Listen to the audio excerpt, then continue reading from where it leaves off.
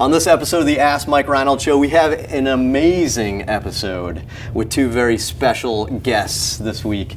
We have Greg Robbins and Tony Bonvecchio from thestrengthhouse.com joining us to answer some awesome questions from you guys on powerlifting, on mass development, on self-myofascial release, bunch of stuff. It's a great episode, so these guys are here to join us. The Ask Mike Reinold Show. Helping people feel better, move better, and perform better.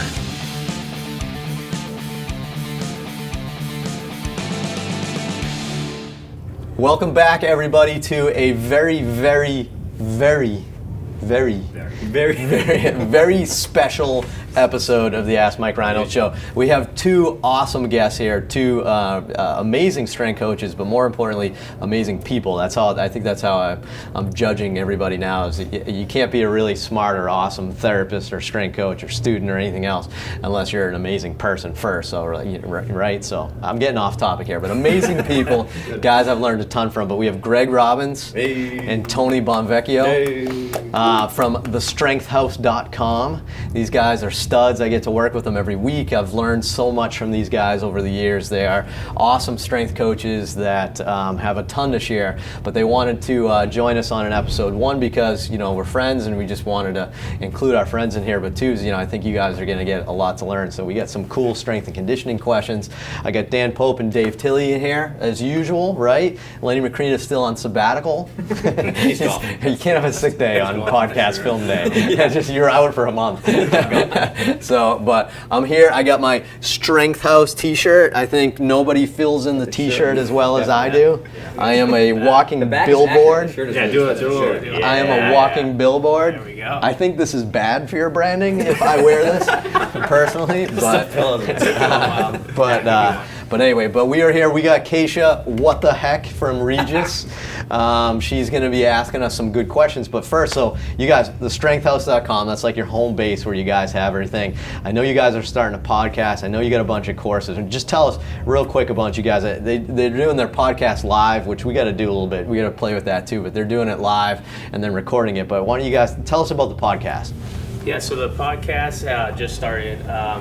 We're filming it once per week, and we're gonna make the whole thing live on Instagram and Facebook, so you can follow along right there as we record it. But if you miss it, every Friday it'll be up on YouTube and iTunes, Awesome. Stitcher, wherever you can find your podcast. Yeah, I did the same thing. I'm pretty sure it's all just iTunes, but ours is everywhere too. But and what are you guys gonna be doing on the podcast? You want to talk about that a little bit? Yeah, I mean, we're going to talk about all the different things that we enjoy doing, as far as coaches and lifters. But we're also going to have a bunch of awesome guests coming up, so keep an eye out for a lot of other great coaches and people to get information from. And we just want to try to keep it real. There's a lot of podcasts out there that I think are aimed towards coaches coaching other coaches, which is awesome, but I think we really enjoy just passing it on to lifters, because I still think there are a lot of people interested in training for maximal strength who just don't know where to get their information. So those are the people who we are targeting. I like that. I think you're right. There is a void there. You're right. Online coaches want to coach coaches for some reason. That's a good point. That's interesting. So awesome. Yeah. So looking forward to that. So you can find info from it at thestrengthhouse.com. You guys are also doing a bunch of live stuff, right? What do you guys do live? As far as workshops? Don't you have some cool workshops? So we're doing our Big 3 seminar/workshop has been going on for three years now. Big 3 for 3. Big 3, yeah. Definitely in the double digits. We've hit a few different states, different countries. So we're bringing it to Austin, Texas next. Nice. March Solid 18th. Yeah. Oh, it's coming up in March. All right, that's good. Nice. March. Okay. It's going to be fun. That's definitely a city that we've been wanting to visit. But the seminar is great. I think what makes it different than a lot of other seminars, and at least in the powerlifting realm, is it's really hands-on. So there's definitely a lecture built in throughout the day. But I guarantee you'll never have gone to a seminar where you get as much hands-on and one-on-one attention, actually learning how to do the squat, the deadlift, and the bench press. That's great. So it's not just for coaches. I mean, coaches can get a ton from just learning, their technique, their coach cueing. I'm sure you talk programming and stuff like that. But this is even for people that are just enthusiasts that want to get better at their big three as well, right? It's usually split, I'd say, and we've had some where I think there's more just people there trying to get better at their own lifting than even coaches. Nice. Coaches will definitely get a lot out of it. I think it kind of draws a lot of I think we end up coaching a lot of coaches too. A lot of coaches who take their own training more seriously. Right. Reach out to some us of to our get guys. programming. So you get that blend. They're there selfishly, but then also learning stuff that they can use with their. Awesome. Yeah. Sweet. So check them out. The Strength House. It's there's a the in there, right? There's a the. TheStrengthHouse.com. Pretty good. Tony's got his own website too. Bonvec, BONVEC. That is correct. BonvecStrength.com. You can check it out, but also TheStrengthHouse.com is where you're going to get all that cool stuff. So, Keisha, let's start it up. Alex from Long Island says, "Hey Mike, as a physical therapy student, I love the podcast. I have a question that is more specific to powerlifting. Are there any long-term disadvantages to deadlifting with a mixed grip, one hand supinated, one hand pronated? Since this is sport specific, would you recommend training like this all the time to reinforce motor patterns and develop supporting muscles? Are there any drawbacks in terms of muscular development, traps and lats, that will affect scapular positioning and could create imbalances in glenular, humeral, internal, external rotation?" All right, well, so That's a lot of questions. yeah, I like it. So PT students, so I mean, look, I'm a PT too. You guys always, that's a ton. You're taking a mixed grip very far there conceptually with arthrokinematics and stuff like that. But what do you guys do? Are you pro mixed grip? Tell us your stance. What's your stance on mixed grip for deadlift? We'll let you go first because you got the best deadlift in the room. Okay. Yeah, well said. What's your PR right now? 685. 685? Me too. Wow. Yeah. Kilos, right? Yeah, right. All right, so mixed grip. Mixed grip, I mean, I can't say I've ever, thought about it that in depth. That question. So I've always attacked it more just from a general balance standpoint. So I advise everyone to go double overhand until the bar is too heavy, because that's going to build their grip strength up. And once we get to that point, then we'll use the switch grip. I guess a lot of people don't realize the reason the switch grip helps, which is kind of a fun fact, is the bar is rolling in your hand. So when you have it double overhand, the bar wants to roll the same direction, so that's why it gets harder to grip. It's just going to roll right to your fingertips. When you switch it, you're twisting the bar in two opposite directions, so that's why it's so much easier to hold. From that standpoint, if you're new to lifting or you haven't built up a favorable side that you like to pull with, it's best to probably just switch every set and to just keep that balance. You might find eventually that you have one side that feels stronger than the other, and then you could just switch on all your warm-up sets and save that for your heaviest set. But I like that. That's a good way of adding it. Just to clarify that is, if you have a predominant way that you like to do it, it's get your balance in your work up sets, and then in your actual, when you're loading it max, get to your heavy grip. I like that. That's a good point. Yeah, and a lot of times we'll do heavier sets up front and then a bunch of lighter stuff afterwards, and the volume can get pretty heavy. And so once we get to that lighter volume work, I'm totally okay with guys and girls wearing straps too, just keeping it double overhand and actually taking some of the exhaustive grip work out of it. So yeah, I'd say this is useful, but I do try to keep people double overhand as much as possible. And you're keeping double overhand because you want that grip, you want them to gain that strength. Yeah, I want the grip strength, and then when we put the straps on, going double overhand keeps your arms longer, and I think it teaches you a better deadlift position. Gotcha. So, all right, that's good to know. So you almost prefer the double overhand then, it sounds like. Yeah. I don't want to put words in your people mouth. that can do a hook grip or something like that, I think they have a slight advantage if they can stand it, because they can shorten the range of motion of the lift. Nice. Tony, any negatives for mixed grip? I think if you choose the wrong overhand-underhand combination, for sure. We've spoken about this before for baseball players, and the test that I always use with people is, go palms up and see which hand you have more wrist supination with. Right. So you can see with me, my left hand, I don't have much supination. So if Right. I tried to go with this as my underhand, I'd have a really hard time getting to the bar. Right. And what's a really easy way to create fake supination is elbow flexion. Right. So if I'm lifting a heavy weight with flexed elbows, that's dangerous. That's not going to work. work. That could lead to injury. So right. I could very well say, okay, I'm going to go switch every set, but every time I use my left hand as my underhand, I'm predisposing myself to injury. So sometimes you're stuck with the limitations that you have. Yeah. So sometimes there's a negative if you have a physical limitation. So, and I think you and I have talked about this, me personally, but baseball, I still throw a lot. Even at my elderly age, I don't have full elbow extension here. So I always kind of show everybody, this is my mixed grip. If I were just to turn that, you can see how much forward my right elbow is. I don't really know if you guys can even appreciate that, like on YouTube, if you can see that here, but I have no chance. The bar is pointing to right field for me. I can't do it that way. I don't have the elbow extension to do it. So everybody's unique, I guess. So that's just a quick test that I use with people. Turn both palms up. If there's a glaring discrepancy, if you can't turn that hand all the way over, you probably shouldn't be using that as your other hand side. I like that. So and supination, and even me, you can see my lack of. I can't get that as far down. My lack of extension. So awesome, good, good answer, guys. All right, what's next, Keisha? Mitch from Las Vegas says, "Hi guys, I wanted to hear your opinion on self-myofascial release before a workout. I've heard both sides. One, don't do it before a workout as you lose neural drive to the muscles, which can hurt power output and calm you down. The other is saying it's okay because it helps with range of motion that you need prior to a workout and boost blood flow. What do you think?" What do you guys think? So, self-myofascial before a workout. So, interesting negatives, I guess, like potential negatives of it. I mean, you guys use self-myofascial release before all your training programs? Say, yeah. If I'm not running late, then yes. Spoken like a true power lifter right there. I gotta say, like, one thing we talk about all the time is not, being careful to overanalyze stuff, and you just, if you feel good after you do self-myofascial release before you train, then go for it. If you don't feel good, then save it for later if you think it's beneficial.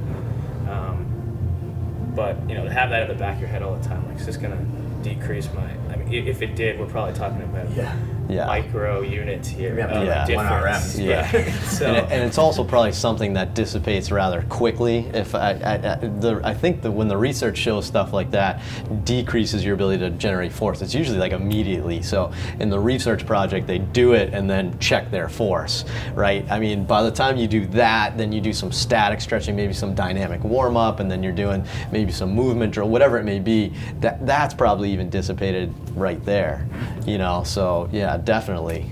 Yeah, I mean, I think powerlifting, if we look at it, it doesn't have a great relationship with flexibility anyways. I mean, you're going to lose some of your movement, and if you're not naturally someone that's a little bit more mobile, by putting too much time into your flexibility and things like that, I think you are taking away from what you could do strength-wise training. Right. So it's a balance, I think. Yeah, you just kind of stay well-rounded, I would say. It makes sense too. A lot of people, everybody wants to be functional. We get on this function bandwagon, right? Functional doesn't always mean maximum strength, though. So it depends on what your goal is. Like if you're training for a powerlifting meet, something like that. I mean, then yeah. I mean, you don't want to have, like a nice stabilized, like neutral spine while you're benching and stuff like that. I mean, there's different things you can do. There's a trade-off sometimes between functional training and maximum strength, right? I think stripping that down even lower level here is, I think we talk about that a lot when we talk about balance training and stuff. So, like neuromuscular training like that. Like, yes, like if you try to do something on an unstable surface, it does help with neuromuscular control. There's benefits of using unstable surfaces, but you're not going to get max strength. Right, so it's you gotta pick and choose where you want. It's not appropriate for everybody, right? So some people self-myofascial release is what they need, but I don't know if everybody does. Tony, does that opinion change when you move from a power lifter to, say, an athlete? I think so, because there is sometimes a trade-off between maximal strength and movement quality, and you can't really make that trade-off with team sport athletes because there's not a single sport where maximum strength is the most important thing. And most of the team sports and powerlifting too are big, extension-based, like toned-up sports where you are in those positions a lot. So I think to mitigate some of that muscular tone, a little bit of foam rolling at the beginning is useful. Right. Yeah. So there's a time and a place. Absolutely. Right. Yeah. You guys agree? Sure. It's got to be a tool. I feel like foam rolling is this thing that's gotten so popular. It's like, why are you doing it? You know what I mean? Right. Maybe. I mean, I'm not sure why that has really ideas come around either, because I think most of the research shows that foam rolling doesn't really affect like strength and power, right? So it's more static stretching that does that. The other thing is like, maybe if you're limited in your ability to squat to depth, maybe you do need to do some static stretching. That's going to improve your performance and longevity over time. But I think sometimes people are like, oh, I need to get a foam roller, I got to warm up. Like, well, I don't know if that's the best use of your time, like you're saying. Right. It's got to be a tool for a specific reason. And I think we've all seen it as a crutch too. You almost see some people that are paralyzed, like I'm running behind, but I have to do 20 minutes of self myofascial release before I get my lift in. And you're like, whoa, man! If like you said, if you have time, right? I mean, I hate to say it, but yesterday we had a blizzard up here, so I'm dating the podcast. But we had a blizzard up here. I got a lift in. I didn't do a lot of self myofascial release. I was trying to get home, right? I'm okay. I think I'm okay. So we talked about that in the first episode of our podcast. Like, what are some things that have nothing to do with actual physical strength that hold people back? And one of them is like always waiting for the perfect scenario or trying to create the perfect scenario. It's like, I can't squat if I don't foam roll head to toe for 45 minutes beforehand. Right. And like, if that workout sucks and they blame everything on the fact that they didn't get to warm up properly. Right. And that's just not the case. That's just being mentally weak. Yeah, totally agree. Totally agree. Keisha, what do we got? What's our third one? Joey from Texas says, hey everyone, I am a high school athlete and trying to get the most out of my body. Do you have any tips on how to put on more mass? I am in the school gym a few days a week, but can't seem to get bigger. All right, so high school From athlete. Austin, Texas, you should go to the seminar. Is that the city? The number one thing. It just says Texas. What we do at every That's funny. seminar is Close we enough, go it's and get not a big barbecue. state. So Right. we've never really had like authentic Texas Oh, barbecue. Texas so- barbecue is pretty Yeah, good, it's gonna be a right? So, bucket list hey, item. so you guys are going to Austin. All right, I need some tweets. Tweet out these guys. Tell them where to get the best barbecue in Austin, Texas. It's supposed to be the best. Yeah, it's Texas is I'll good. be there in but- April, so all right, so next. very typical Safe. high school, very typical high school athlete, right? Trying to put on mass. Let's assume he's gone through puberty, right? Let's assume that he's in a position to actually put on mass, because if you haven't, then that's not going to help, right? That's going to be your main issue. So let's assume that's there. What do you tell your high school athletes that are trying to put on mass? And I'm going to slowly back out because I have the least mass in the camera right now. Yeah, 3 words: eat more food. Most of the time, I don't know if I've ever run into a situation, whether you want to gain weight or lose weight, like the formula is the same. If you're not gaining weight, you're probably not eating enough food, and if you're not losing weight, then you're probably eating too much food, or you're not moving enough in that scenario. But a lot of times, I think high school kids are shocked to see how much food it might take to actually gain weight. Right. What about quality of food too, though? I mean, if you're eating McDonald's and stuff, is that helping you with mass?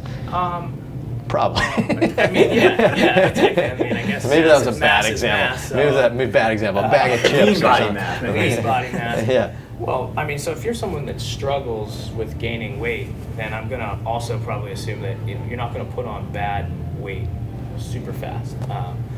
Like my body type growing up, it's very easy to gain weight, and therefore, if I didn't watch what kind of food I was eating, then I would put on, more fat than lean mass. But most people that are saying I can't gain weight, probably need to toe that line between getting in all of their nutrition requirements and then having some food available that they actually like to eat and it's easier to eat. I mean, it's tough to eat Right. vegetables, chicken, and rice Right. to put on weight when you're 16 years old. Right. I mean, Tony does all of our nutrition consults. I'll speak to this. But Yeah, I see a lot of food logs that just are not enough meals, and the biggest change that we make up front is like making good quality food more convenient, because there's always that trade-off between food quality and convenience. But if you can make great food convenient by like doing more like super shakes in the blender, where you get a ton of protein and you get a ton of carbs, let's say from like bananas or something, but you can also stuff in some spinach and sneak in some blueberries and healthy stuff in a format that's both portable and drinkable, like just adding 1 to 2 super shakes a day for young athletes can sometimes be the thing, because they just get more high quality food. And you can put a ton of calories in one shake. You know, and like the actual sitting and cooking and chewing and then cleaning, like that's a big long process that a lot of busy kids just don't have the ability to do. So you got to find ways to make that food more convenient and stuff that you can grab and go. And the fact that most of these kids have, you know, 2 parents to help them with buying the groceries and the cooking and the cleaning, I just don't think there's any excuse. Right. But a lot of it then is talking to the parents and being like, hey, can you help? Yeah. Or like teach your kid to cook a couple dishes, teach your kid to be able to make these things themselves, so then they're able to empower themselves to do it. Yeah, it's to me it's education a lot of times. Kids don't even realize they don't realize what proper nutrition is at all, but they don't realize how much they need to eat there. So, you know, Tony mentioned it briefly here, but like a food log is sometimes like startling. You look at it and you're like, oh, I mean, you have 1,800 calories here. There's no way you're gonna, you know, ever, you know, do that. So food log's powerful. You know, going back to the shake, we advise our athletes all the time to load that thing. So we might put a tablespoon of olive oil, or, you know, coconut oil or avocado, something like that, you know, good quality fat. So I mean, you put that in there, all of a sudden, again, it just makes that beverage it just makes it easier. So, you know, it's like it's Greg pretty said, neat. like the food log helps open their eyes to like how little they're actually eating. Because Yeah. you do hear a lot of kids be like, oh, I eat so much, like I'm so full all the time. But then you have them write it down and look at it objectively, and then they're like, oh yeah, like I haven't eaten breakfast in 2 months. I've had a Pop-Tart for breakfast and that's it. Yeah, good point. That makes sense. I mean, I think it comes down to that, you know, like anything, how bad do you want it to? Like, usually in our experience, the athletes that really do want it and are committed are the ones walking in with coolers, bringing a cooler to school, do whatever it takes to get better. And when you start to get the people that are telling you, oh, I can't gain weight, it's like you have to overcome that attitude of like they're already defeating themselves too. So you know, just like you work hard in the weight room, you're gonna have to get a little uncomfortable in the kitchen as well. Yeah, and sometimes Quote of the episode. sometimes eating is, I mean, it's prescription almost to an extent, right? It's, you know, maybe it's not always pleasurable, but, you know, like I used to work with a ton of like WWE guys, and we'd go to lunch, and you know what? I feel like they all eat the same thing for lunch every day. It's 2 chicken breasts, a giant thing of broccoli, and a giant thing of rice. Every day. Like that's like, I know so many WWE guys that's what they eat for lunch every day, right? So like it's not always because it's the most tasteful thing, but it's because that's what you need, that type of thing. So Athletes do well with routine. Right. You know, a lot of times we preach like food variety to our weight loss clients, Right. to keep them interested in eating, but sometimes weight gain clients need just routine and to take the thought out of it. Right. You know, I'm doing this every single day, so it's just easy to prepare and stick with. Yeah, I'm eating this chicken breast because I'm trying to put on weight, not because I love chicken. You know, you got to think of it that way. Right. Good. Awesome. Great job, guys. Thanks so much for joining us. I mean, Thank you. round of applause. If you're at home doing that, I like it. Alexa, make a round of applause. We're gonna try this game. Sorry, I clap if I had hands. I clap if I had hands. We have Alexa here at Champion, but I'm just trying to turn on all your Alexas at home as well. But anyway, thanks so much. Thank you so much for Greg Robbins. Tony Bonvecchio from thestrengthhouse.com are here for this special episode. Thank you so much for joining us, guys. Thanks for having Awesome episode, studs. Check out their new podcast. Check out their upcoming workshops that they're doing. And we'll see you guys on the next episode. Thanks so much. Thanks.